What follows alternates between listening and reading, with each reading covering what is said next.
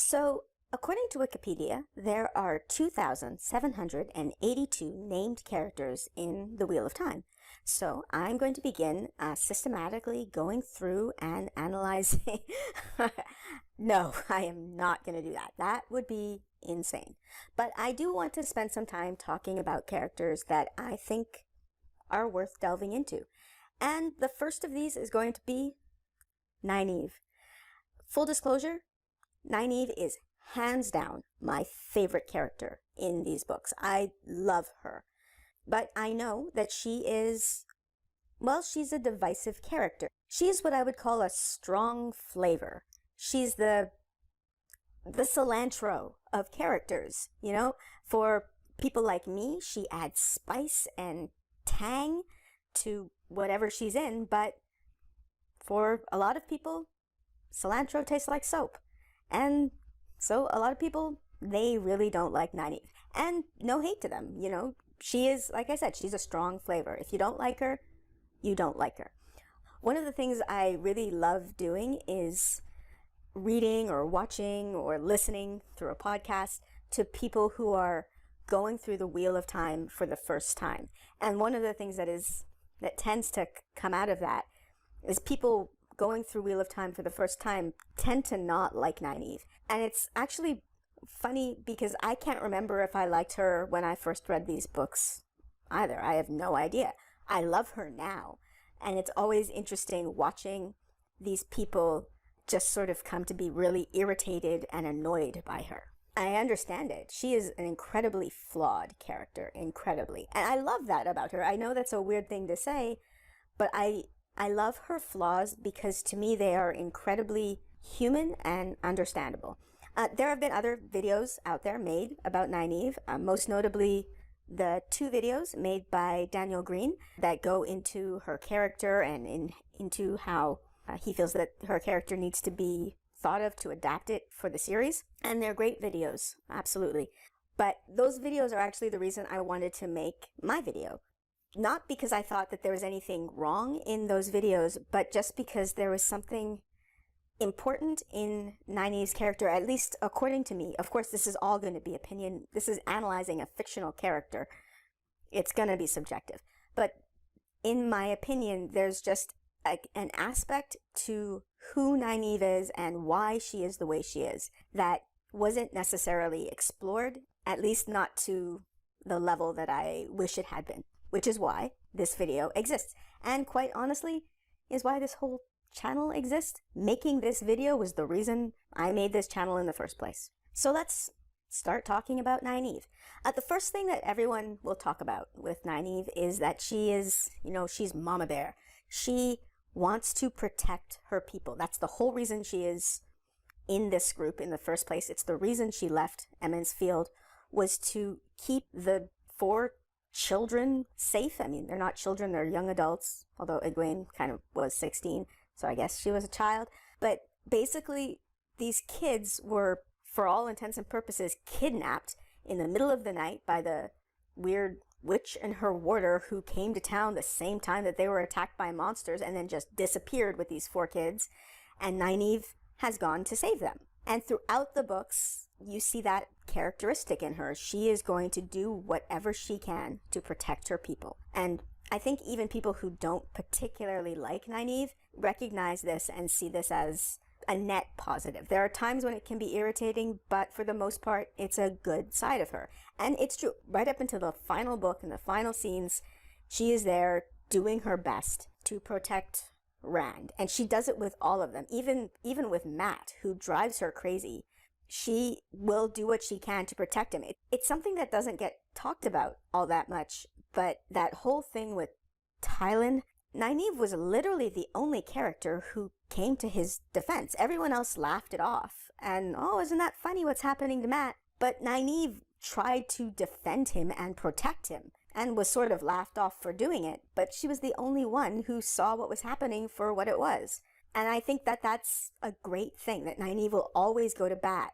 even in the face of ridicule, to protect the people that she cares about. Nynaeve is intensely loyal. Now, this is not unique to Nynaeve by any stretch of the imagination. All of our, core five, they're all loyal to each other, and other characters are loyal to them, and they're loyal to other characters. It's not only Nynaeve, but it is a positive about her character that we can't really overlook, because it's a very strong and central part of who she is. Another characteristic of hers that I love is how much she hates sickness and injustice. It's incredibly unique that her sort of trick that she had before she knew that she could channel was healing. For most Aes Sedai, their trick has to do with convincing someone to do or give them something that they want, or eavesdropping. And that makes sense. I think for most of us, that's what it would be. You don't realize that you're using a power to exert an undue force.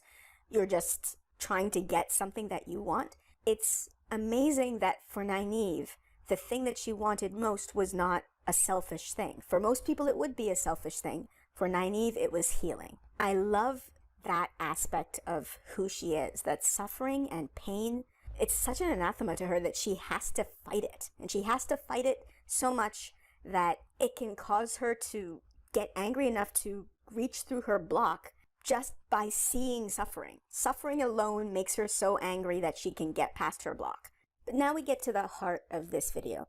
When talking about Nynaeve, especially when people who don't like Nynaeve talk about her, one of the things that will often come up and is sort of central to people's annoyance with Nynaeve is her relationship with Moiraine, and how she just holds this grudge against Moiraine for an undue amount of time. It's unreasonable. And I actually agree that her grudge against Moiraine is incredibly unreasonable. However, I don't think that it's understandable. I think it's completely understandable based on what we know about Nynaeve. And that's what I want to get into here. But to do that, I need to go back and talk about Nynaeve's life. Quite interestingly, we don't actually know that much about Nynaeve's past. We know that her father apparently was very good at woodcraft and taught her, but we don't know her parents. What we do know is that Nynaeve is the wisdom of Emond's Field, and that she is very young for this position. And I think that that is a key factor in what has made Nynaeve who she is. It's there in the name of her title. She is the wisdom. And wisdom is a word that is almost always applied to older people. It implies knowledge and wisdom gained through experience. Nynaeve is, at the beginning of these books, in her mid to late 20s. And, no shade to people in your mid to late 20s, but very rarely are people of that age referred to as wise. She's still very young. And in my opinion, she probably was put in that position before she was ready. The villagers of Emond's Field are constantly pushing against her authority. She has to, yell and scream and stamp her feet and hit people over the head with sticks to get them to listen to her and pay attention to her. And I don't know, but I can't imagine that that's normal wisdom behavior. I would imagine that most wisdoms are able to command authority through the power of their position and their ability to just make people listen to them. But people don't listen to Nynaeve unless she gets aggressive with it. And I think, that she can make a great wisdom in time, but I think that she probably was not ready for the position that she was given. I think what likely happened is that the previous wisdom, or whoever trained her, was also probably a latent channeler and could sense something in Nynaeve but didn't know what she was sensing, and so was just like, there's something about this girl, and so trained her. And Nynaeve loves healing, as we know, so she was able to grasp that part very well, and then was put in this position of authority. But I doubt she was given management training, or had to sit through a seminar on conflict resolution or whatever. She was just put in this position that she is not ready for. But another part of who Nynaeve is that she can't half-ass anything. She is trying her best. Even though she probably does know that she's not ready for this position, she is trying her best to do what she can. She can do the healing part down great, but she is not able to do the managing the welfare of the people who are not sick. It's just beyond her. I've gone into this in great detail because, well, and then Moiraine shows up. Moiraine is everything that Nynaeve isn't. Moiraine is graceful and Moiraine is poised. Moiraine enters a room and people stop and listen and pay attention. Moiraine doesn't have to yell and scream and hit people over the head with sticks. People just listen to her and defer to her authority naturally. Moiraine is calmness and coolness. She is the ice to Nynaeve's fire. She is Nynaeve's polar opposite. And one of the first things she does is call Nynaeve child, which is going to get Nynaeve's back up. No, that's the thing I'm sensitive about! But then they are attacked by Trollocs, and Moiraine is able to save people through her use of the power. Afterwards, Moiraine is able to heal people that Nynaeve couldn't. Basically, Moiraine comes in and is able to do Nynaeve's job better than Nynaeve could ever have done it. She barely breaks a sweat. I mean, obviously, I'm exaggerating, but from Nynaeve's perspective, it's Moiraine has come in and done my job better than I could ever have done it. And then Moiraine steals the kids, and Nynaeve goes after them. It's also worth noting that Nynaeve had to sneak away from Emond's Field to do it. She wasn't sent. The village didn't say, oh, we must rescue these children. Who should we send? Nynaeve. Nynaeve must go. No, Nynaeve had to escape to do it because they didn't defer to her authority. Once again, they didn't defer to her authority. She goes and she catches up with them to rescue them, and Moiraine confronts her with the reasoning for taking these kids out of the village, and then is proven right.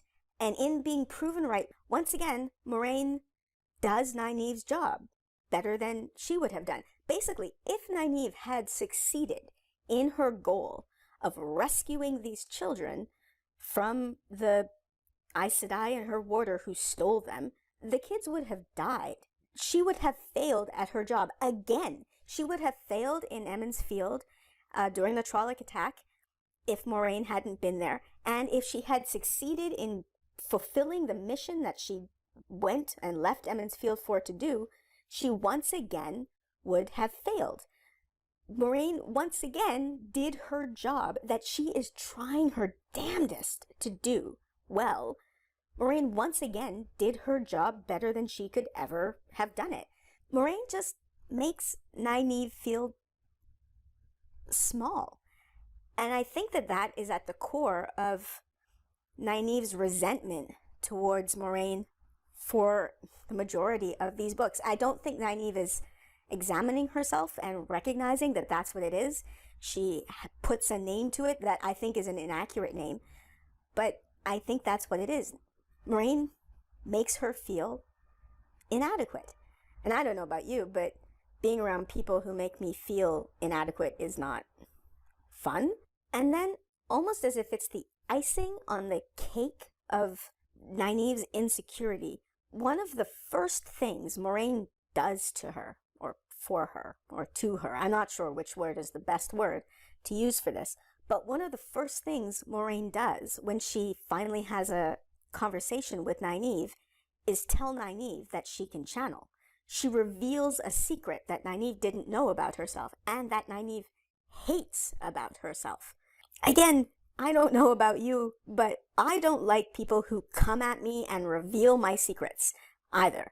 Not hating on Moiraine for doing it. Moiraine needed to do it. Nynaeve needed to know. But I can understand how that would just be yet another thing that would be like, I don't like this woman. This woman has uncovered my deepest, darkest secret. That was such a deep secret that I didn't even know it. And not just revealed it to me, revealed it to everyone. That's horrifying. I don't think Nynaeve has internally examined this, and I think that her blaming Moiraine for stealing the children and being the reason that these kids are suffering is her just deflecting from the fact that Moiraine makes her feel bad about herself. And I think that's the key to the problems between them. One of the things that I think is central to who Nynaeve is as a person is that she is incredibly insecure. And I think, just going back to the beginning of this section, that insecurity, a lot of it is born from the fact that she was thrust into a position before she was ready, and she tried her best, and she just repeatedly failed at doing it. Nynaeve's main arc, again, in my opinion, through the story, is becoming more confident in who she is. She is one of the most powerful channelers in the world, and yet she can't channel unless she's angry, mostly because she's terrified and insecure about her ability and about who she is and about her control. Her insecurity blocks her, and she has to break through that block. She's one of the bravest people in the world, but she thinks she's a coward. The man she is deeply and desperately in love with is also deeply and desperately in love with her, but he is with another woman, and that makes her feel insecure. She is so incredibly insecure throughout these books, but her growth comes as she becomes more confident and recognizes her power and recognizes how other people see her. That is central to her character's arc throughout the series. She becomes more powerful the more confident she becomes. And I love just watching her grow as she develops this self-confidence. So to close my arguments about Nynaeve, I want to quote a comment that I read on Reddit.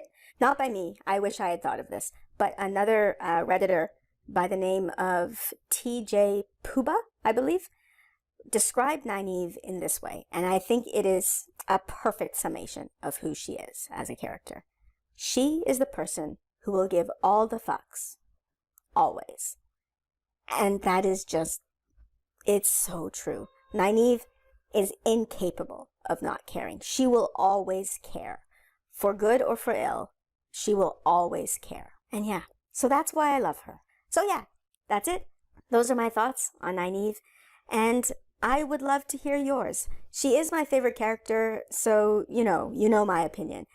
But I understand, not everyone loves her, and I get it. She's a love it or hate it character, and if you hate her, I don't hate you. That's fine. But, let me know. What do you think? And, as always, like, subscribe, and hopefully I'll see you again.